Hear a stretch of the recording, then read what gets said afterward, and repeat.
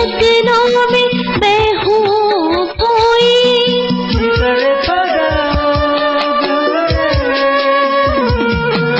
जब से मैं तुमको पाई हूँ बाबा, ज्ञान के रत्नों में मैं हूँ खोई। अतीन्द्रिय सुख में पाई, अतीन्द्रिय सुख में पाई। एक तू ही तो है मेरा पिता, एक तू ही तो। ओम शांति। नहीं है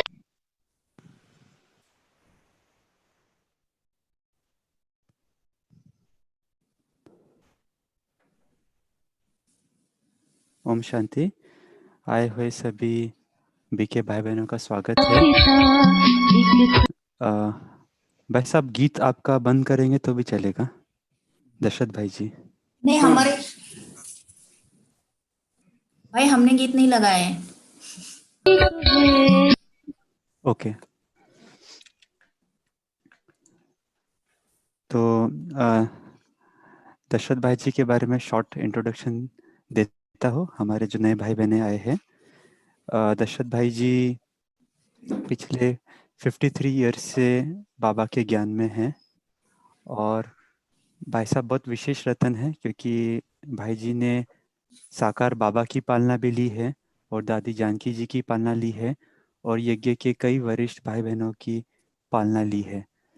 तो बहुत पुराने टाइम से भाई साहब ने यज्ञ को बढ़ते हुए देखा है। जब हमारे बहुत कम सेवा केंद्र थे और अब हम देखते हैं कि हमारी संस्था विश्वव्यापक हो गई है। वर्तमान समय भाई साहब जगदम्बा भवन नामक एक रिट्रीट सेंटर है पुणे में, जो 3 एकड़ के परिसर में है। वहाँ पर ईश्वरीय सेवाएं देखते हैं और वे महाराष्ट्र में एक मुख्य प्रवक्ता भी है। जहाँ कहीं भी महाराष्ट्र में बड़े प्रोग्राम होते हैं, चाहे वो भक्ति मार्ग के हो चाहे हमारे ज्ञान मार्ग के हो, भाई साहब को अनेक स्थानों पर निमंत्रण देते मिलता है। और भाई साहब बहुत आत्माओं को ज्ञान रत्नों से झोली भरते हैं। भाई साहब के बहुत सारे प्रोग्राम्स टीवी पे भी आते हैं, गॉडलीवुड स्टूडियो द्वारा या फिर कई न्यूज़ चैनल्स, आध्यात्मिक चैनल्स द्वारा भाई साहब के कई टॉक शो है। विशेष रूप से जैसे गीता के ऊपर प्रवचन माला है, जो आप यूट्यूब पे भी देख सकते हो। भाई साहब की एक बहुत विशेषता है कि बाबा को ज्ञान को कैसे हम हर कोई व्यक्ति, चाहे कुमार हो, कुमारी हो, माता हो, टीचर बहने हो, अपने रीति में अपने जीवन के अंदर कैसे उसे उतारे, वो भाई साहब को बहुत अच्छे से पता है। और आज बहुत विशेष दिन है इसलिए भी क्योंकि आज भाई साहब का बर्थडे भी है। तो हम सब बहुत भाग्यशाली है कि विशेष भाई साहब के बर्थडे के दिन ही हम भाई साहब के मुख से आशीर्वचन सुनेंगे। तो बहुत विशेष है कि भाई साहब ने आज डेट हमें अपने बर्थडे के दिन दिया है। वैसे भाई साहब यज्ञ के अंदर जो महाराष्ट्र जो रूरल प्रभाग है हमारा, उसके महाराष्ट्र कोऑर्डिनेटर है।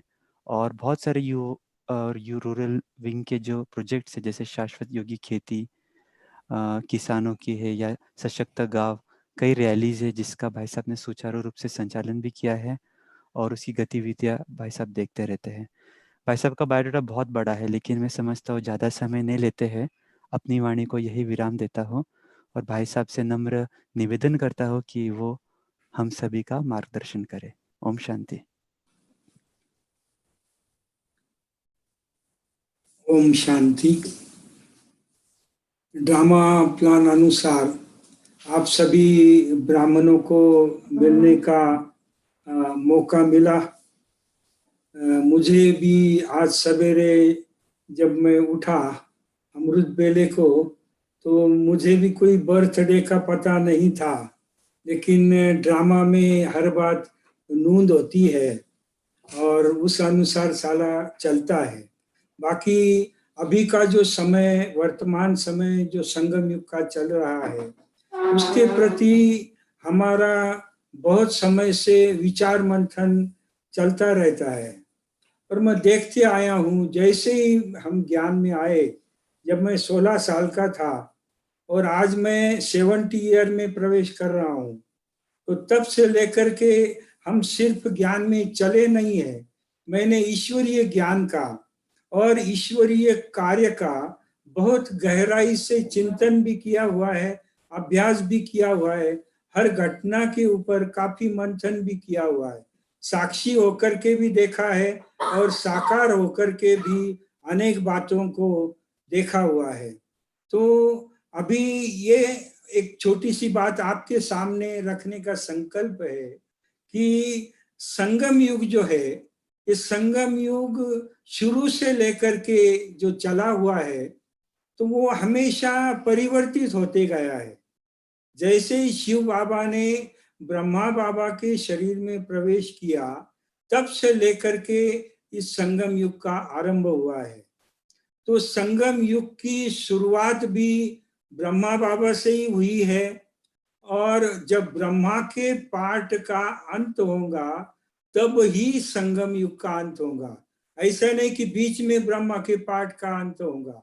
तो अंत तक बाबा का साथ हम बच्चों के साथ रहेगा, ये बाबा का हम बच्चों को दिया हुआ वचन है। जब साकार बाबा ने जब शरीर का त्याग किया था, तो ड्रामा अनुसार मुझे वहां पहुंचने का मौका मिला था। हमारे सामने बाबा के पुराने शरीर का अंतिम संस्कार किया गया था, और उसके बाद जब ऑलमाइटी बाबा आए हुए थे, तो बाबा ने ये कहा हुआ था कि हे बच्चे, शुरू से लेकर के अंत तक मैं आपके साथ रहूंगा। तो ये साथ रहने का बाबा का वादा जो है वो अंत तक चलने वाला है। बाकी ये जो है, बाबा ने ये भी कहा हुआ है, ये बच्चे जैसे जैसे सेवा का विस्तार होगा, वैसे वैसे बाबा के मिलने में परिवर्तन होगा। वृद्धि के साथ विधि में परिवर्तन होगा, ये बाबा ने कहा हुआ है। जैसी विधि होती, वृद्धि होती जाएंगी, वैसे विधि में परिवर्तन होगा। तो ये हम शुरू से देखते आए हैं कि साकार में बाबा के मिलने की जो विधि थी वो बिल्कुल अलग थी, क्योंकि साकार में ऐसा बाबा का पाठ था कि शिव बाबा कब शरीर में आता है, शिव बाबा कैसे बोलता है, वो ब्रह्मा बाबा अपने कान से सुन सकते थे। जैसे एक बार एक व्यापारी ने बाबा को कहा, दिल्ली का व्यापारी था, और उसने बाबा को कहा कि बाबा, हे शिव बाबा, मैं आपसे कुछ प्राइवेट बात करना चाहता हूँ। जब उस व्यापारी ने बाबा को, झोपड़ी में बाबा मिलते थे, तो वहां पर कहा कि शिव बाबा, मैं आपसे कुछ प्राइवेट बात करना चाहता हूँ। तो शिव बाबा ने झट कहा कि हे बच्चे, कोई भी मेरे से प्राइवेट बात नहीं कर सकते। क्यों? क्योंकि बीच में ब्रह्मा सुन लेता है। तो वो बीच में सुनता है तो बात प्राइवेट रहती नहीं है। तो इस प्रकार से बाबा का जो ब्रह्मा के रथ में पाठ था, तो एक मुख से शिव बाबा बोलता था और कान से ब्रह्मा बाबा सुन सकता था। इसीलिए उनको भागीरथ कहा गया है कि एक टाइम दोनों आत्माएं, दोनों कर्म इंद्रियों का एक ही समय पर प्रयोग कर सकती थी। तो ये विधि में बाबा की परिवर्तन आया जब बाबा ने साकार देह का त्याग किया, और जब बाबा ने दादी का, गुलजार दादी का शरीर जब बाबा ने लिया, तो विधि में बहुत बड़ा परिवर्तन आया।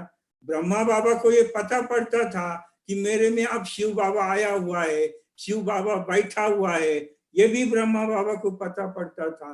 और जब बाबा जाता था तो भी ब्रह्मा बाबा को पता पड़ता था कि अभी शिव बाबा चला गया है। तो ये ब्रह्मा तो हर चीज को, बाबा के एक्टिविटी को पहचान लेता था, लेकिन जब गुलजार दादी का तन जब बाबा ने लिया, तो विधि में बड़ा परिवर्तन आ गया कि जिस प्रकार से हमको अव्यक्तवाणी गुलजार दादी के द्वारा बाबा सुनाते हैं, तो गुलजार दादी के द्वारा तो बाबा अव्यक्तवाणी सुनाते हैं, फिर हमको जैसे अव्यक्तवाणी पढ़नी पड़ती है, दूसरे दिन फिर गुलजार दादी कहती थी कि बताओ मुझे कल अव्यक्त बाबा ने क्या सुनाया, क्या मुरली चलाई, मुझे दो करके। और फिर गुलजार दादी दूसरे दिन वो वाणी पढ़ती थी। तो इसके प्रकार से जब शिव बाबा गुलजार दादी के तन द्वारा मुरली चलाते हैं तो वो मुरली गुलजार दादी कानों के द्वारा नहीं सुन सकती है। तो ये बाबा के मिलन में अथवा बाबा के पाठ में परिवर्तन हुआ, ये पहला परिवर्तन हुआ। और उसके बाद अनेक परिवर्तन होते गए। शुरू शुरू में बाबा बहुत बार तो 3 दिन के बाद बाबा आ जाते थे, 3-3 दिन में बाबा आते थे। जरूरत पड़ती थी तो बाबा अपने कमरे में भी अव्यक्त बाप दादा कई बार आते थे। जब यज्ञ के लिए कोई विशेष डायरेक्शन लेना होता था, बाबा का आवाहन करते थे, बाबा कमरे में आते थे और बाबा डायरेक्शन देते थे। बाकी ये जरूर है कि ये जब पाठ अव्यक्त पाठ बाबा का चेंज हो गया तो आवाहन करने के बाद बाबा आते हैं। बाकी ब्रह्मा के शरीर में जब बाबा का पाठ था तो वहां कब आवाहन करना नहीं पड़ता था। बाकी दादी के तन में आने के लिए बाबा को आवाहन करना पड़ता है। तो इस प्रकार से वो भी पाठ चला। उसके बाद बाबा हफ्ते के बाद आने लगे, फिर 1-1 मास के बाद बाबा आने लगे।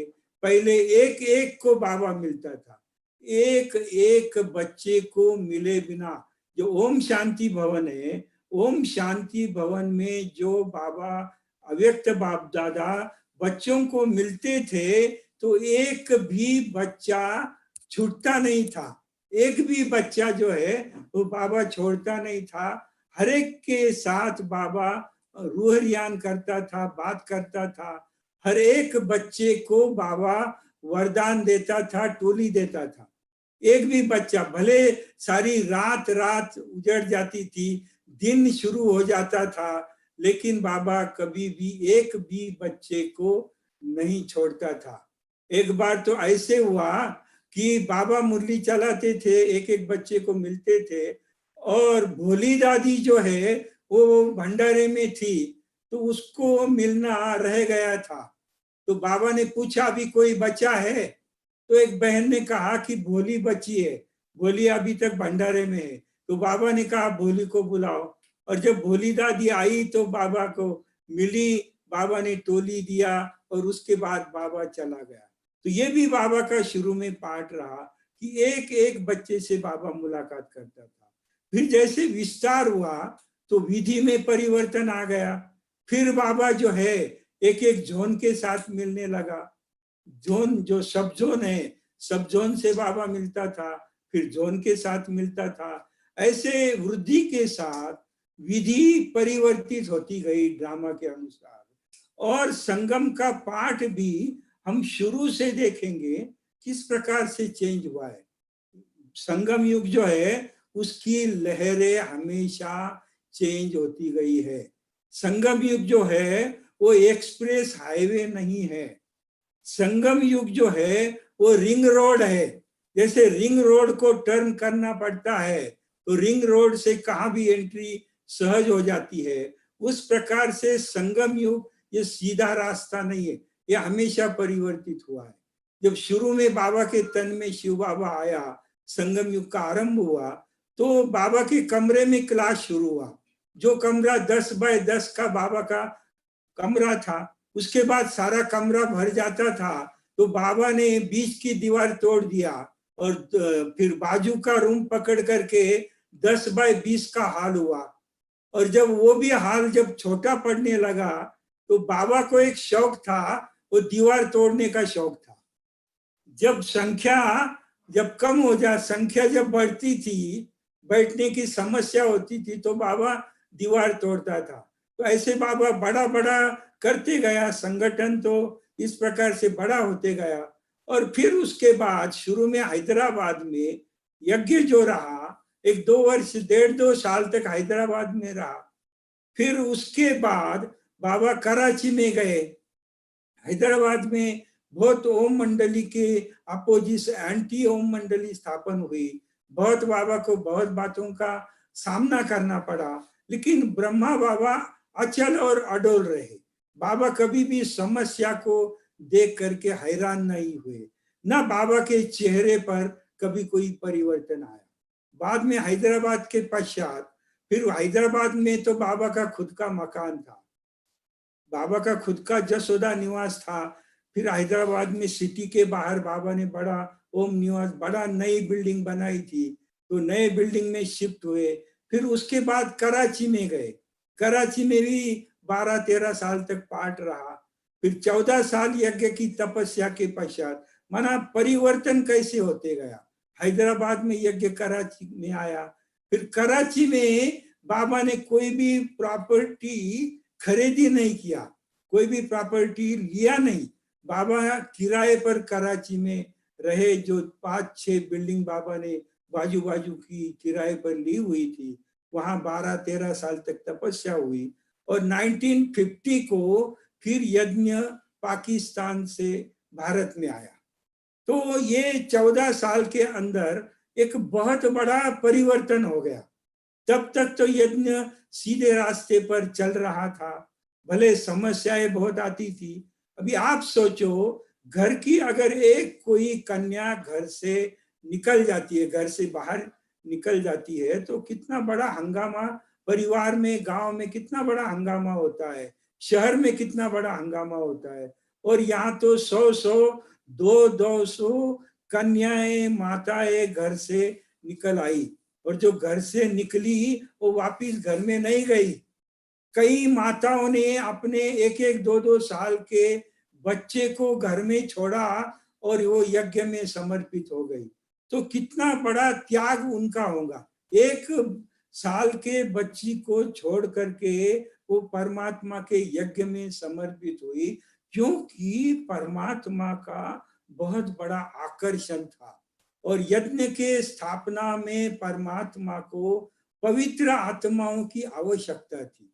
इस प्रकार से बाबा ने शुरू में अनेक साक्षात्कार कराए। ओम का ध्वनि, ये शुरू में परमात्मा ने ज्ञान शुरू में नहीं दिया। शुरू में तो सिर्फ ओम की ध्वनि करते थे, और ओम की ध्वनि करते करते करते करते अनेक आत्माएं साक्षात्कार में चली जाती थी। जो नए आते थे, बस बाबा के दृष्टि को दृष्टि दिया तो उसको कृष्ण का साक्षात्कार होता था, किसको श्री नारायण का साक्षात्कार होता था, किसको सत्युग का साक्षात्कार, किसको राजगद्दी का साक्षात्कार, किसको सोने के महल का साक्षात्कार होता था। तो साक्षात्कार जो है वो यज्ञ के शुरू में इतने असंख्य साक्षात्कार होते थे कि सारे सिंध में ओम मंडली के साक्षात्कार फेमस हो गए थे। और सब लोग कहते थे, अरे साक्षात्कार, अरे ओम मंडली के लिए तो पाई पैसे की बात है, साक्षात्कार कोई बड़ी बात नहीं, पाई पैसे की बात है, जाओ ओम मंडली में और करो साक्षात्कार। तो शुरू में परमात्मा जो है अपना सतयुगी स्थापना का जो कार्य परमात्मा करते हैं, तो उसके लिए परमात्मा 2 शक्तियों का प्रयोग करते हैं। तो वो एक शक्ति है दिव्य दृष्टि की शक्ति, और दूसरी है दिव्य बुद्धि की शक्ति। तो पहले यज्ञ के स्थापना में परमात्मा ने दिव्य बुद्धि का प्रयोग नहीं किया, क्योंकि उसको कोई समझ नहीं सकता था। पहले दिव्य दृष्टि और साक्षात्कार का प्रयोग परमात्मा ने किया। दादा लेखराज को भी ब्रह्मा बनाया, तो वो भी साक्षात्कार के द्वारा दिव्य दृष्टि से ब्रह्मा का भी निर्माण परमात्मा ने किया। फिर ऐसा 14 साल यज्ञ चला। उसके बाद भारत में आए, माउंट आबू में आए। उस समय भी बाबा, इन माताएं बहनें, जब सागर के किनारे ये लोग तपस्या करते थे, बड़े 8-8 घंटे तक योग की तपस्या लगातार करते थे। तो उस समय बाबा इनको कहते थे, हे बच्चे, आज आप सागर के किनारे तपस्या कर रहे हो, एक दिन ऐसा आएगा कि आप पर्वत पर जाकर तपस्या करेंगे। लेकिन ये कोई के समझ में नहीं आ रहा था कि बाबा क्या कह रहा है, क्योंकि जिस प्रकार से हम आत्माओं के सामने वर्तमान स्पष्ट होता है, वर्तमान काल जैसे हम आत्माओं के सामने स्पष्ट होता है, उस ही प्रकार से परमात्मा के सामने भविष्य भी उतना ही स्पष्ट होता है जितना हमारे सामने वर्तमान होता है। तो उसके बाद फिर ऐसा समय आया कि ये सारे माउंट आबू में आ गए। फिर माउंट आबू में पर्वत पर आकर के तपस्या का पाठ इनका शुरू हुआ। तो वहां भी देखो संगम युग में परिवर्तन कैसा होता है। बहुत बड़ा परिवर्तन भारत में आने के बाद हुआ। ये संगम युग में 14 साल ये जो रहे तो एक राजकुमारी के जैसे बाबा ने इनकी पालना की। बाबा के साथ धन संपत्ति भी भरपूर थी। एक राजकुमारी के माफिक बाबा ने इन सबकी पालना किया। लेकिन उसके पश्चात संगम युग का रुख जो है उसका टर्न एकदम चेंज हो गया। भारत में आने के बाद एकदम बेगरी पाठ का सामना इन सभी बहनों को, माताओं को करना पड़ा। और यहाँ पर छाछ और रोटी के ऊपर एक एक भोजन इनको स्वीकार करना पड़ा। उनको अनेक प्रकार के व्यंजन खाने को नहीं मिलते थे, जबकि वहां थे तो 36 प्रकार के व्यंजन भी खाते थे। और यहाँ 2 ही प्रकार का भोजन उनको करना पड़ता था। एक गिलास में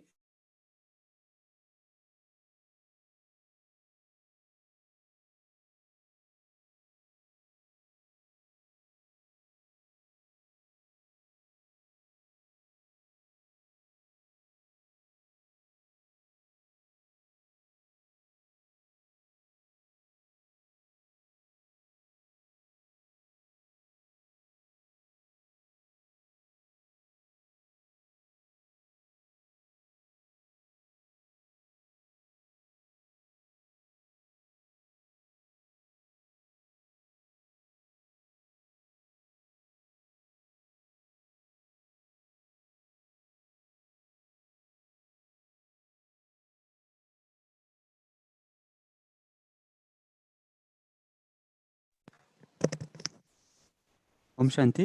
भाई साहब का वीडियो नहीं आ रहा है, मैं चेक करके 1-2 मिनट में भाई साहब को कनेक्ट करता हूँ। तो हम सभी तब तक एक योग युक्त अवस्था में टिके रहेंगे। ओम शांति।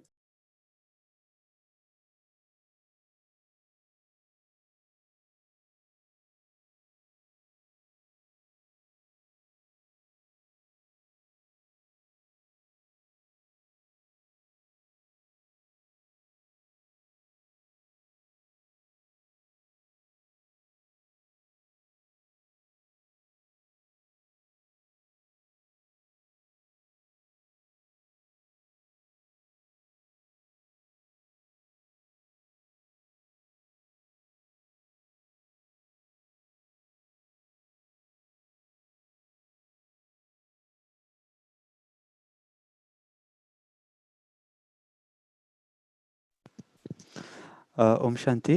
तो भाई साहब के यहाँ पे लाइट चली गई है, लेकिन भाई साहब हमारे साथ फ़ोन पे जुड़ेंगे, तो हम सभी भाई साहब का ऑडियो भी सुनेंगे। 1 मिनट में भाई साहब कनेक्ट कर रहे हैं।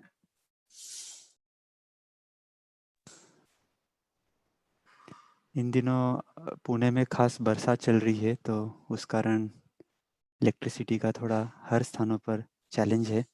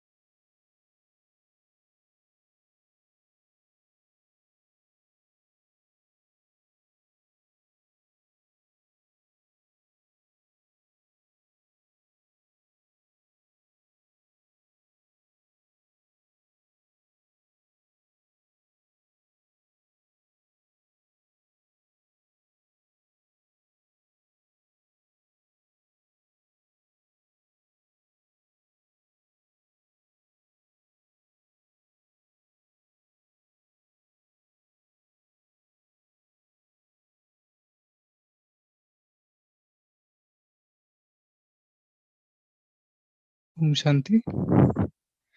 जब तक दशरथ भाई ज्वाइन होते हैं तब तक हम सभी दशरथ भाई हो रहे ज्वाइन, 1 सेकंड में हो रहे जस्ट। ओके। दशरथ भाई आप लाइन पे हो? जी भाई साहब, आपको हम सब सुन रहे हैं, आप कंटिन्यू कीजिए क्लास। ओम शांति। बाकी संगम युग का रुख कैसे चेंज होते गया, तो एक 2-3 साल तक ब्रिज कोटी में रहे, फिर वहां से भी परिवर्तन होना पड़ा।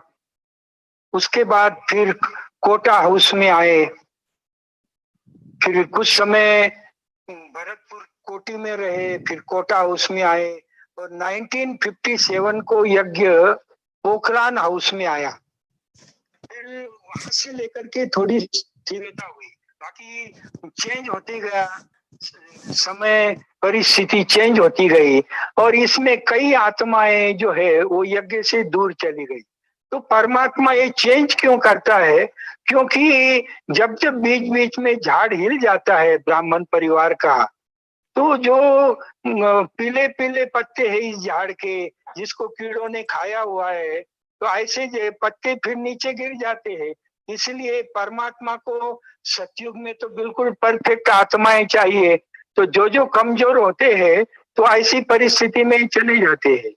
फिर 1957 के बाद फिर तब तक सेवाएं भारतवर्ष में चालू हो गई थी।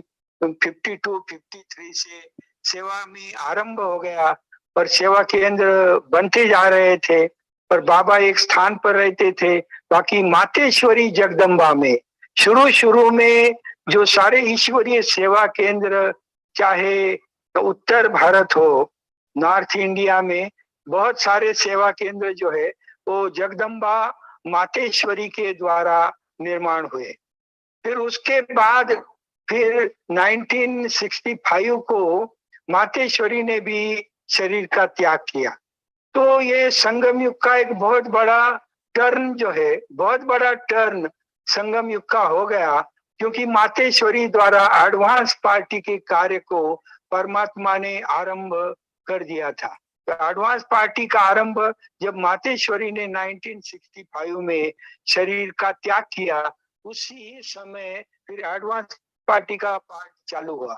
और संगम युग पर एक थोड़ा सा टर्न आया कि पिताश्री ब्रह्मा बाबा तब तक, जब तक मातेश्वरी थे तब तक ब्रह्मा बाबा पिता का पाठ बजाते थे, और जगदम्बा मातेश्वरी माता का पाठ बजाती थी। भाई बहनों की पालना का पाठ मम्मा करती थी, और ज्ञान सुनाने का पाठ जो है वो बाबा करते थे।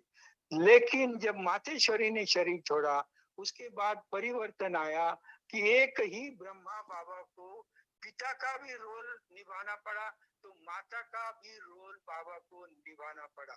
और हमने ये प्रैक्टिकल में अनुभव किया कि किस प्रकार से ब्रह्मा माँ है। तो वैसे देखा जाए इस रूहानी रिलेशन में परमात्मा पिता है और ब्रह्मा हमारी माँ है। बड़ी माँ वास्तव में ब्रह्मा है।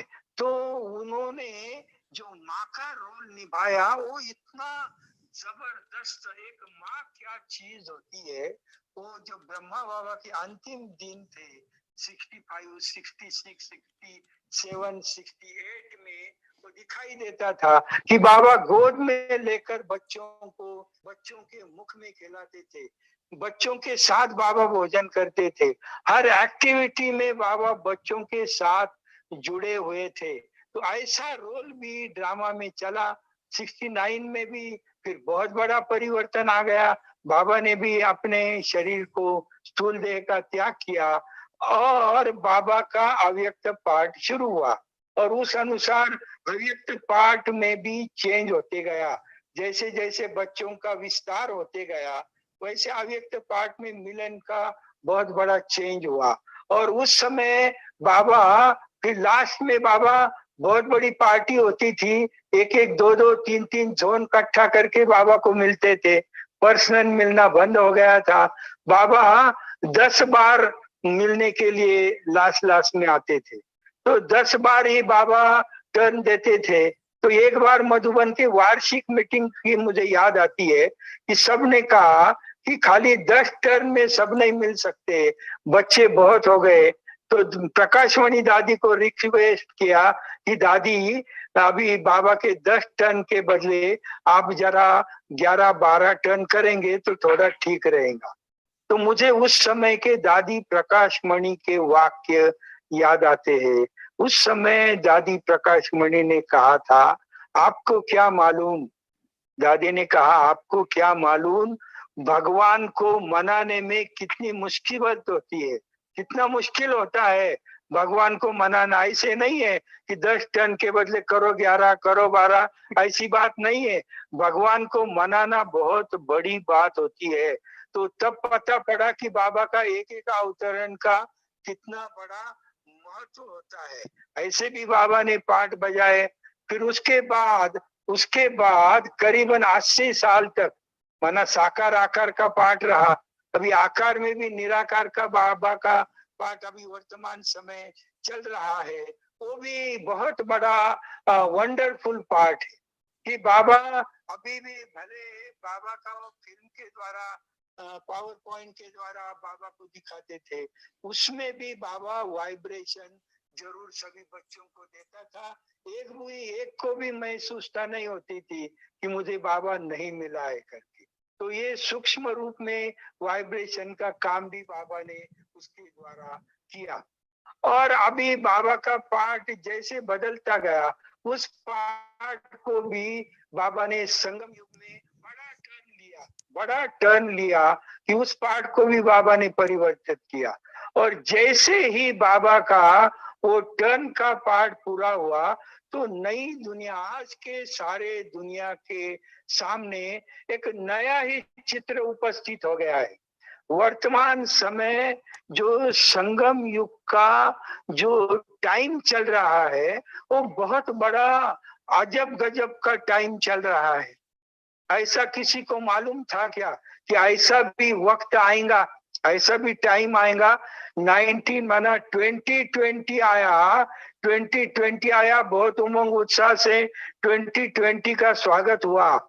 लेकिन जैसे ही वो आगे बढ़ता गया वैसे वैसे एक एक बातें सामने आने लगी। और वैसे ये मार्च का टाइम आया तो एक बहुत बड़ा सारी आम दुनिया के सामने बहुत बड़ा नजारा सामने आया। एक विनाश का सब सोच रहे थे कि भाई अभी कब विनाश होगा, कब विनाश होगा। और ब्राह्मण तो विशेष कहने लगे थे अभी क्या करे, अभी तो विनाश भी नहीं हो रहा है, बाबा भी नहीं आ रहा है, अभी ब्राह्मण क्या करे।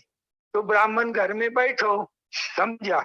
बाबा ने ब्राह्मणों को भी काम दिया और सारी दुनिया को भी काम दिया, समझा।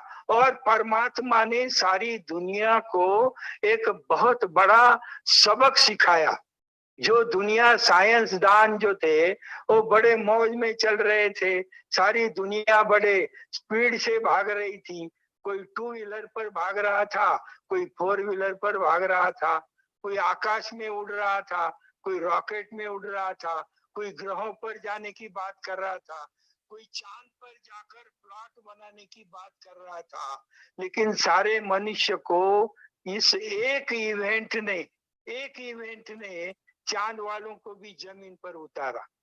बड़े मिनिस्टर को, बड़े बड़े प्रेसिडेंट को भी घर में बिठा दिया है, सामान्य सिपाही को भी घर में बिठाया, मजदूर को भी घर में बिठाया, तो इंडस्ट्रियलिस्ट को भी घर में बिठाया।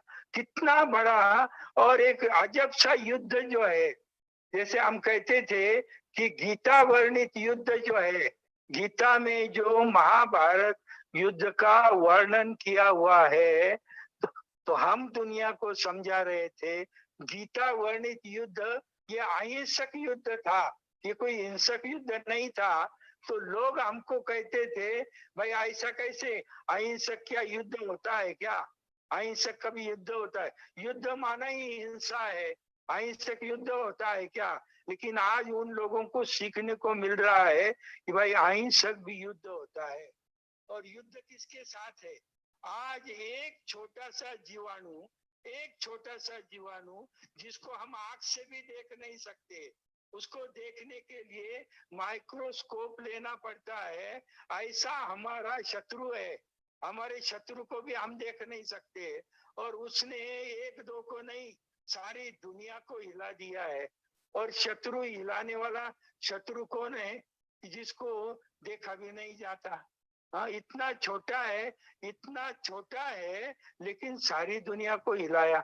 ऐसा कभी जिंदगी में देखा था कि रास्ते पर गाड़ी भी नहीं चल रही है, रोड सारे सुने सुने हो गए, ट्रेन भी बेचारे प्लेटफॉर्म में ही खड़ी हो गई है, प्लेन भी एरोड्रम पर ही खड़े हो गए। तो एक ही टाइम पर सारे प्लेन को ठहराना, रेलवे को ठहराना, गाड़ियों को रुकाना, ये किसकी ताकत है? ये कौन युद्ध कर रहा है? एक छोटा सा जीवाणु, एक जीवाणु सारे दुनिया का अहम को नीचे डाउन में ला रहा है। आप क्या हो, क्या कर रहे हो, उसको समझा रहा है। आज लोगों को कंपलसरी घर में बैठना पड़ रहा है, नहीं तो इतने फास्ट से दुनिया चल रही थी, कौन माता जी, कौन पिताजी, कौन भाई, कौन बहन, कोई देखने को तैयार नहीं था। सारे पैसे के पीछे ही भाग रहे थे। जैसा कोलू का बैल होता है, पैसे की पट्टी हर एक के आंख पर बंधी हुई थी, और हर एक व्यक्ति रात दिन भागी रहा था। किसी को मिलो, कहो कि भाई थोड़ा सा ज्ञान सुनो, तो बोले मेरे पास टाइम नहीं है, पैसा चाहिए तो लो, लेकिन मेरे पास टाइम नहीं है। अभी परमात्मा ने चक्र को ऐसा घुमाया है कि अभी कोई नहीं कह सकता कि मुझे टाइम नहीं है। आज हर एक को परमात्मा ने भरपूर टाइम दिया हुआ है, और ये भी परमात्मा के महावाक्य थे, हे बच्चे, ऐसा समय आएगा कि आप घर से बाहर निकल नहीं सकेंगे। हम सोच रहे थे बहुत वर्षों के बाद ऐसा टाइम आएगा, लेकिन ये अचानक टाइम आ गया। 2020 में ऐसा टाइम आएगा कि घर के बाहर नहीं जा सकेंगे, वो प्रैक्टिकल में आ गया है। और दिन प्रतिदिन ऐसा चेंज दिखाई दे रहा है, जैसे कि विनाश का जो पार्ट है उसका आरंभ हो चुका है। परमात्मा ने 3 दादियों को सिलेक्ट किया, बाबा ने 3 दादियों को नाम लिया था, सिलेक्ट किया था। 1 नंबर दादी थी दादी प्रकाशमणि, 2 नंबर की दादी थी दादी जानकी, और 3 नंबर की दादी दादी गुलजार। और आज हम देख रहे हैं कि दादी प्रकाशमणि का जो पार्ट था, 3 दादियों में दादी प्रकाशमणि का पार्ट था, वो स्थापना का पार्ट था। बाबा जाने के बाद बाबा ने इतने तीव्र गति से विश्वविद्यालय को बहुत ऊंची लेवल तक चढ़ाया। हाँ, ये जरूर था कि जाते समय ब्रह्मा बाबा ने अपनी विल पावर दादी प्रकाशमणि को दिया था, और इसलिए जो स्थापना की देवता ब्रह्मा है, अपनी विल पावर दादी प्रकाशमणि को दिया, और दादी प्रकाशमणि ने स्थापना का काम इतने स्पीड से किया कि पांडव भवन के बाहर इतना जल्दी ओम शांति भवन बना दिया। उसके बाद देखते देखते दादी प्रकाशमणि ने स्थापना की, ज्ञान सरोवर की स्थापना की। ज्ञान सरोवर पूरा होता न होता दादी प्रकाशमणि ने शांतिवन की स्थापना किया। कितना बड़ा प्रीमाइसेस शांतिवन का जो है वो दादी प्रकाशमणि ने बनाया। तो ये इतना बड़ा विश्वविद्यालय के स्थापना का काम जो है वो दादी प्रकाशमणि ने किया।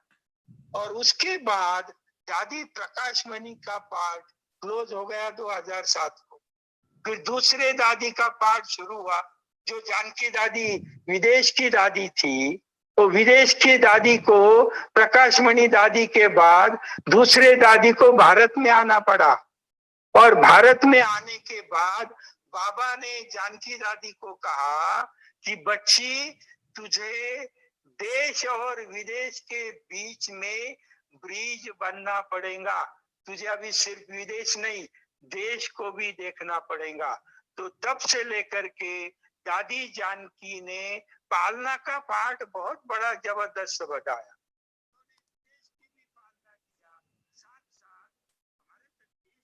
दादी ने पालना किया। 100 साल के एज में, 100 साल के बाद भी बड़े बड़े भारत के प्रोग्राम 50-50 हजार लाख लाख के प्रोग्राम भी दादी जानकी ने अटेंड किए। हजार लाख लाख ब्राह्मणों को दादी ने बहुत बड़ी एनर्जी दिया। और ऐसी बड़ी जबरदस्त एनर्जी देने के बाद, देश विदेश की पालना होने के बाद, फिर अभी नया मोड आया। दादी जानकी ने भी अपने शरीर का त्याग ऐसे टाइम पर किया। अभी तीसरी दादी ही रही है, उसका भी बहुत बड़ा वंडरफुल पार्ट है। दादी गुलजार का स्थापना में दिव्य दृष्टि का पाठ बहुत बड़ा जबरदस्त रहा। अनेक प्रकार के साक्षात्कार गुलजार दादी के द्वारा शुरू में हुए। अनेक बच्चों के नाम भी गुलजार दादी के द्वारा आए। अनेक राज भी गुलजार दादी के द्वारा स्पष्ट हुए।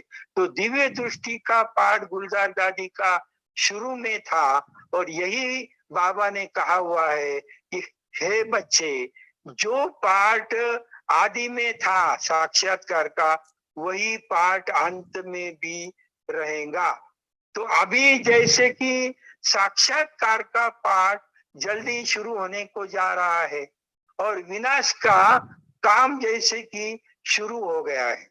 अभी पहला ही स्ट्रोक जो है, चीज जितनी छोटी होती है उतनी उसमें ताकत बहुत बड़ी होती है। एक छोटे से जीवाणु ने कोरोना ने सारे दुनिया को रोक दिया। हजारों लोग जा रहे हैं, कोई दवा नहीं निकल रही है। देखते देखते सारे लोग जा रहे हैं। जो कहते थे हम दुनिया में बहुत एडवांस है, वो एडवांस वालों को भी पता पड़ा कि हम कितने पीछे हैं। वो भी उनको साक्षात्कार हो गया। तो इस प्रकार से ये विनाश का तो पाठ शुरू हुआ। ये मुसीबत का रोल अभी ऐसे ही चालू होने वाला है। कहते हैं कि जब मुसीबत आती है तो अकेले नहीं आती है।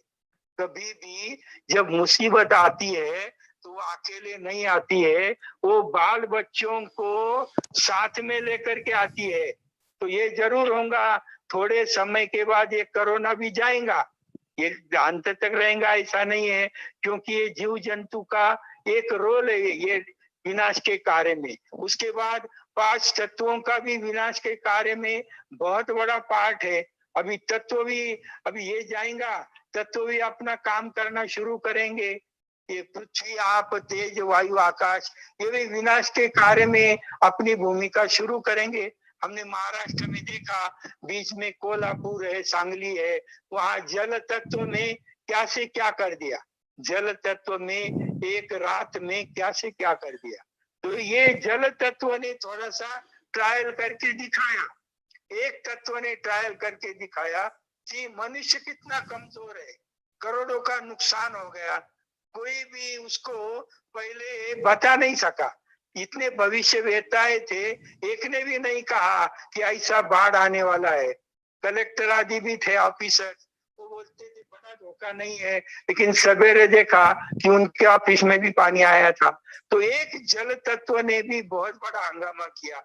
और अभी तो परमात्मा कहते हैं अभी ग्रुप डांस होने वाला है। एक तत्व नहीं, पांचों डांस करेंगे। तो ये कोरोना तो जाएगा, तो उसके पीछे उसके बाल बच्चे बहुत आने वाले हैं। तो ये टाइम जो है संगम युग का टर्न बहुत बड़ा मोड़ ले रहा है। इसलिए ब्राह्मणों की भूमिका इसमें कौन सी होनी चाहिए, इस समय ब्राह्मणों को क्या करना चाहिए, ये समझना बहुत आवश्यक है। तो हम जो ब्राह्मण बच्चे बाबा के बने हुए हैं, तो ब्राह्मण बच्चों का ऐसे विनाश के समय बहुत बड़ा पार्ट है। दुनिया तो हाय हाय करेंगी, दुनिया तो त्राही त्राही करेंगी। एक एक पार्ट जो है वो टूटता जाएगा, क्योंकि ये परिवर्तन का समय है। विनाश जो हो रहा है ये नई दुनिया लाने के लिए हो रहा है। जैसे किसी जमीन पर पुराना घर होता है और वो जब गिरने को आता है तो कारपोरेशन भी कहती है कि भाई इसको गिराओ, नहीं तो हम गिराएंगे। तो ऐसी आज की दुनिया की हालत है कि अब ये पुराना घर टूटने को आया है। कब गिरेगा बोल नहीं सकते, लेकिन अभी ये गिरने के काम का आरंभ हुआ है। जब तक ये पुराना घर पूरा टूटेगा नहीं और जब तक इसकी सामग्री सारी चेंज नहीं करेंगे तब तक नई दुनिया का आरंभ नहीं हो सकता है। तो अब ये गिरने का आरंभ हो गया है। अभी आगे इसके आप देखेंगे कि एक एक भाग जो है इसका, कई दीवारें टूटेंगी, खंबे गिरेंगे, उसका रूफ गिरेगा, ये तो होते ही रहेगा, क्योंकि यहाँ नई दुनिया का निर्माण परमात्मा को करने का है। तो ये जो अभी संगम का अंतिम पार्ट चल रहा है, तो ब्राह्मणों को मालूम है ना आगे क्या होने वाला है, उनको मालूम है कि आगे नई दुनिया आने वाली है, तो दुनिया तो डरेंगी, उनके पास तो भय भी होगा तो चिंता भी होगी, लेकिन ब्राह्मणों को डरने की कोई बात नहीं है। ऐसे समय पर आपके पास साहस की शक्ति होना अत्यंत आवश्यक है।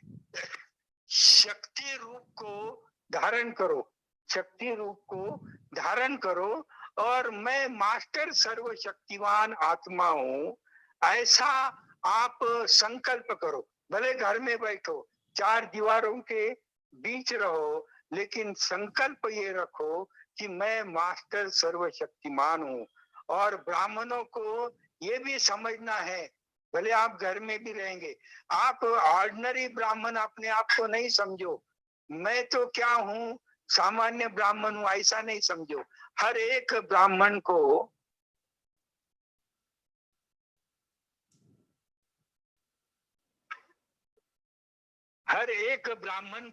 अभी घर में बैठ करके अपने आप को महारथी समझना है। ये बात को पक्का ध्यान में रखो, मैं महारथी हूँ, और महारथी के सामने कोई कुछ कर नहीं सकता है। महारथी की सवारी हाथी पर होती है और हाथी को कोई कुछ कर नहीं सकता, कितनी ढाल तलवार हो हाथी को कुछ कर नहीं सकते। और हाथी जो होता है वो अपने मस्ती में मस्त होता है। ऐसे अभी ब्राह्मणों को महारथी का अनुभव करना है, मैं महारथी हूँ। और हाथी के लिए भी गायन है कि हाथी जब चलता है तो कुत्ते बहुत भौंकते हैं, तो बहुत कुत्ते तो भौंकते रहते हैं, हाथी पर उसका कुछ असर नहीं होता है। इसलिए कहते हैं हाथी चले रुबाब से और कुत्ते भूखे स्वभाव से। तो वो अपने स्वभाव से भूखेंगे, हाथी पर कोई असर नहीं होता है। इसलिए आजू बाजू को कुछ भी होने दो, हम ब्राह्मण महारथी को उसका कोई भी असर हमारे ऊपर नहीं आना चाहिए। बाकी ये जरूर है कि हमारा जो कनेक्शन होता है, महारथी किसको कहा जाता है? जो लड़ाई में कभी हारता नहीं है उसको महारथी कहा जाता है। जो कभी किसी से डरता नहीं है उसको महारथी कहा जाता है। तो अभी भय जो है वो ब्राह्मण के पास होना नहीं चाहिए, समझा? बाबा हमारे साथ है, भगवान हमारे साथ है, तो डरने की क्या बात है, समझा? ऐसे ऐसे रिकॉर्ड जो है, ऐसे ऐसे रिकॉर्ड आप घर में बजाओ, साहस वाले रिकॉर्ड बजाओ, शक्ति वाले, मैं शिव शक्तियां आ गई, ऐसे शिव शक्ति का रिकॉर्ड बजाओ, साहस वाले रिकॉर्ड बजाओ। ऐसे ऐसे शक्तिशाली भगवान हमारा साथी है, समझा? जिसका साथी है भगवान, उसको क्या करेंगे आंधी और तूफान। तो ऐसे शक्तिशाली रिकॉर्ड अपने घर में बजाने चाहिए। ब्राह्मणों को क्या करना चाहिए? घर में बाबा का कमरा बनाइए, समझा? अभी का मौका है, घर में बाबा का कमरा बनाओ। और क्या है, बाकी के साइंस के साधन अभी बहुत समय तक मदद नहीं देंगे। भले अभी कुछ इलेक्ट्रॉन उसके द्वारा तो हम कम्युनिकेशन कर सकते हैं, लेकिन थोड़े ही समय में बाबा के महावाक्य है, साइंस के सभी साधन फेल हो जाएंगे। वो समय बहुत लंबा नहीं है, थोड़े समय में फेल होंगे। उस समय संकल्प शक्ति के द्वारा कार्य करना होगा। तो हम ब्राह्मणों को संकल्प शक्ति के द्वारा कार्य करने का है। इसलिए एक बहुत बड़ी ताकत ब्राह्मणों के पास होनी चाहिए, वो चाहिए पवित्रता की ताकत। अगर हमारे पास पवित्रता की ताकत है तो कितना भी बड़ा तूफान आने दो, कितना भी बड़ा विघ्न आने दो, कितनी भी बड़ी विकराल अकराल परिस्थिति हो, आपके ऊपर थोड़ा रंचक मात्र भी इफेक्ट नहीं होगा। हम बाबा को साथ, अपना साथी, जिसका साथी है भगवान, उसको क्या करेंगे आंधी और तूफान। बाबा के ऊपर हमारा पूरा निश्चय होना चाहिए, एक बल और एक भरोसा बाबा के ऊपर होना चाहिए। और हमारा जो व्यवहार है ना, ब्राह्मणों का व्यवहार बड़ा पवित्र व्यवहार होना चाहिए। भले हमारे भाई है, बहन है, साथी है, बाजू वाले है, सभी के साथ बड़े प्रेम से व्यवहार करो।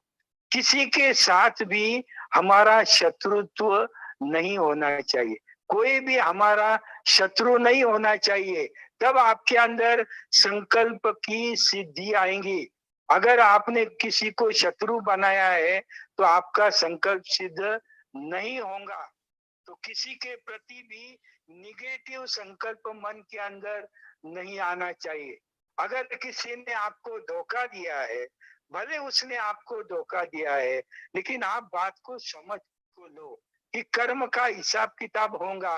मैंने पिछले जन्म में उसको धोखा दिया होगा, इसलिए उसने मुझे धोखा दिया है, चलो हिसाब किताब चुप तो हो गया। ऐसा समझ करके ईश्वरीय ज्ञान को जीवन में अप्लाई करो। मुरली में जो हम सुनते हैं वो उसको श्रीमत कहा जाता है, और दुनिया में व्हाट्सएप आदि पर जो हमको सुनने को देखने को मिलता है उसको शुभ मत कहा जाता है। तो आजकल हमको शुभ मत बहुत मिलती है, अनेक प्रकार की शुभ मतें हमको व्हाट्सएप पर भी मिलती है। लेकिन एक बात याद रखो, शुभ मत जो है वो आत्माएं, महात्माएं, धर्मात्माओं की शुभ मत होती है और परमात्मा की श्रीमत होती है। तो शुभ मत कभी भी आपको श्रेष्ठ नहीं बना सकती है। अगर श्रेष्ठ बनना है तो श्रीमत को ही फॉलो करना पड़ेगा। मनुष्य मत, महात्मा की मत या धर्मात्माओं की मत आपका कभी भी कल्याण नहीं कर सकती है। वो तो आपके आत्मा को क्या है, थोड़ा सा भोजन खिलाएंगी, आपको अच्छा भी लगेगा, क्या सुविचार है इस महात्माओं का, कितना अच्छा विचार है इस धर्मात्मा का। लेकिन वो जो है वो आत्मा के भोजन के हिसाब से, वो तो जैसा आचार और पापड़ होता है ना, आचार पापड़ जो होते हैं वो खाने में बड़े टेस्टी होते हैं, लेकिन पेट में जाने के बाद बड़ी मुश्किलात पैदा करते। पापड़ कितने भी खाएंगे तो आपका ब्लड खून नहीं बनेगा, आपके अंदर ताकत नहीं आएंगी। तो बड़े विद्वानों के, बड़े महात्माओं के आप बड़े बड़े व्हाट्सएप पर अच्छे अच्छे विचार सुनेंगे, लेकिन वो विचार आपके जीवन को परिवर्तन नहीं कर सकेंगे। कितने भी पापड़ खाओ और कितना भी आचार खाओ, आपका पेट भरने वाला नहीं है। अगर आत्मा का पेट भरने का है तो श्रीमत ही साधन है। मुरली ही एक ऐसा साधन है कि जो आपके जीवन को परिवर्तन करने वाली है। इसलिए महात्माएं जो उच्चारण करते हैं उसको वाक्य कहा जाता है, और परमात्मा जो उच्चारण करते हैं उसको महावाक्य कहा जाता है। आत्माएं जो बोलती है वो शुभ वाक्य है, और परमात्मा जो बोलता है वो महावाक्य है। तो इसीलिए वर्तमान समय परमात्मा के वाक्यों को फॉलो करने की आवश्यकता है, क्योंकि जैसे वो वाक्य उच्चारण करते हैं उस ही प्रकार उसको धारण करने की ताकत भी परमात्मा आत्माओं को देते हैं।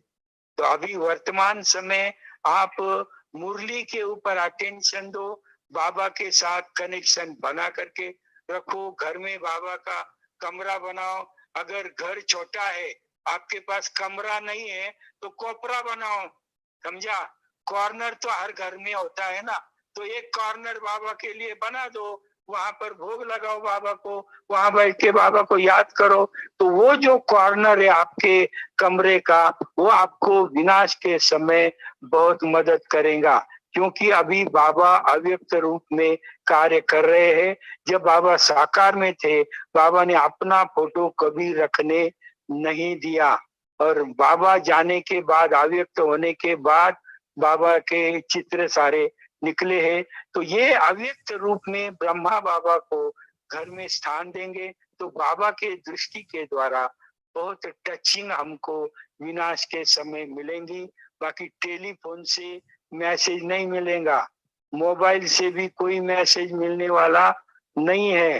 तो टचिंग और कैचिंग पावर काम करेंगी, इसलिए परमात्मा के साथ मुरली के आधार पर अच्छा संबंध शिव बाबा से जोड़ के लो, तो अंतिम समय बाबा आपको बहुत सारी मदद करेगा, हर प्रकार की मदद करेगा। वचन है परमात्मा के, अंत तक मैं आपको दाल रोटी खिलाऊंगा। 36 प्रकार का भोजन नहीं, उसकी गारंटी नहीं है परमात्मा की, लेकिन दाल रोटी की गारंटी दिया है। खाना भी खिलाएगा, हर प्रकार का टचिंग करेगा और आपको सेफ रखेगा।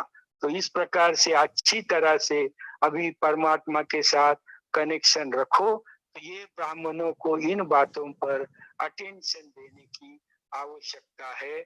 अच्छा, ओम शांति। ओम शांति भाई जी, बहुत पावरफुल आपके विचार आपने शेयर किए, और हम सभी सुनकर एकदम एक प्रकार से जैसे बोलते हैं ना, रोमांच खड़े हो गए हैं।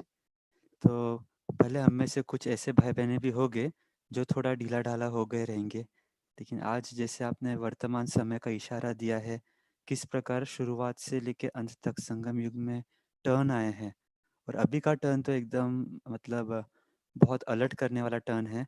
तो आपका बहुत बहुत धन्यवाद सभी मेंबर्स के तरफ से।